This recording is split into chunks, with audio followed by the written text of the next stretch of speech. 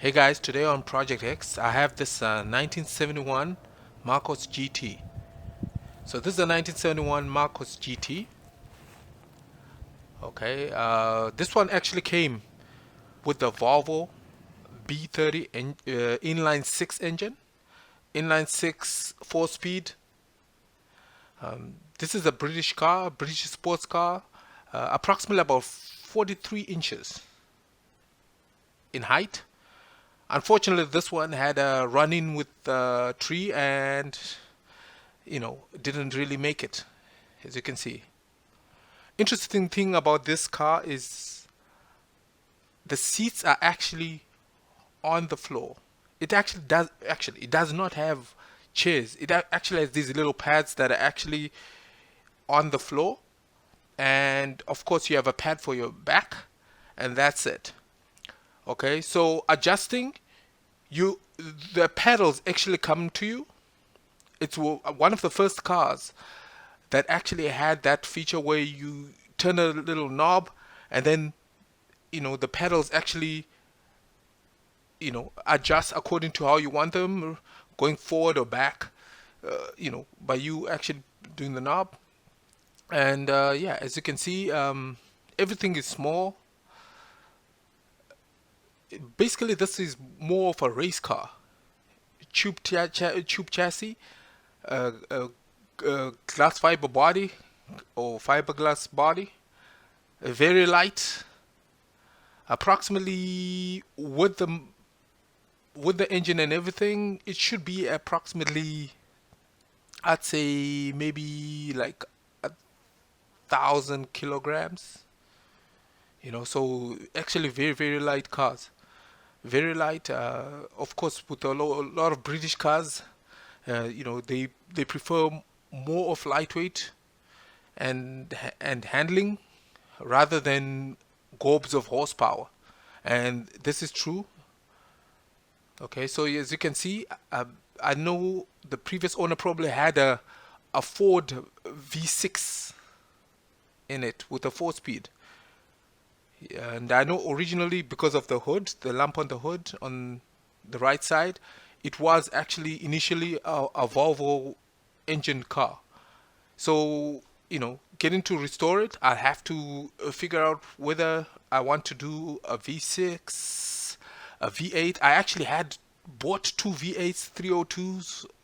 I bought a injected 302 with a Ford GT, and yeah, a Ford GT 5-speed, and I knew I had to do a lot of adjustments to the frame to actually handle this amount of torque. Then I, wanted to do it more of a traditional way, so I bought a 302 carbureted engine with a four-speed, but basically dumped both ideas. So I'm still debating whether to put a bike engine or put an inline six, maybe a 2JZ if it can fit. I haven't actually tried it, but I'll look into it. Yeah, so as you can see, most of these things are actually set up like even modern sports cars. So we'll have to figure out where this actually goes. You know, everything is small, everything is light, everything is fiberglass. Perspex for the windows. See, always trying to figure out how to save weight. Very low car. It's a very low car. About, as I said, about approximately 43 inches.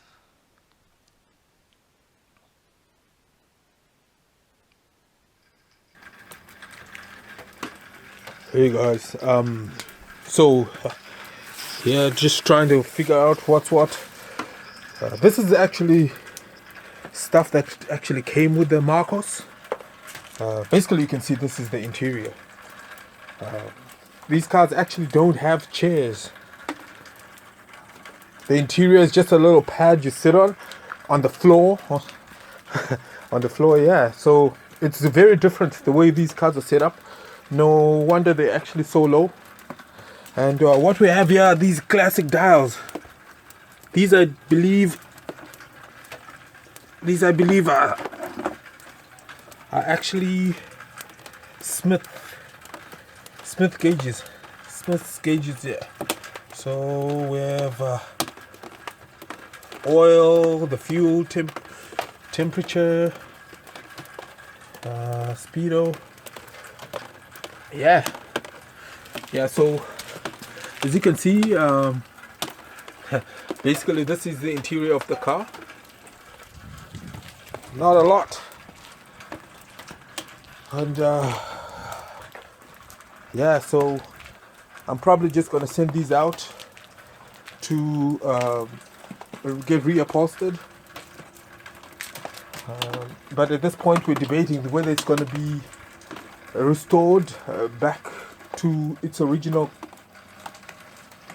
basically back to its original, how it was originally. So with this interior, I'm probably going to get it restored. Yes, and these gauges still look in very good condition, so we'll probably keep these. We'll see if they're working okay, so as to replace them. It's also based on whether the restoration actually becomes more of a restore mod, or it actually becomes so whether it's a restore mod or it's an original car. Because what we're trying to do is make it as beautiful as possible, since very limited editions of this car were actually made. Very low numbers, as I said. So we're trying to preserve history or create a new history. So so it's interesting. This is a very interesting car.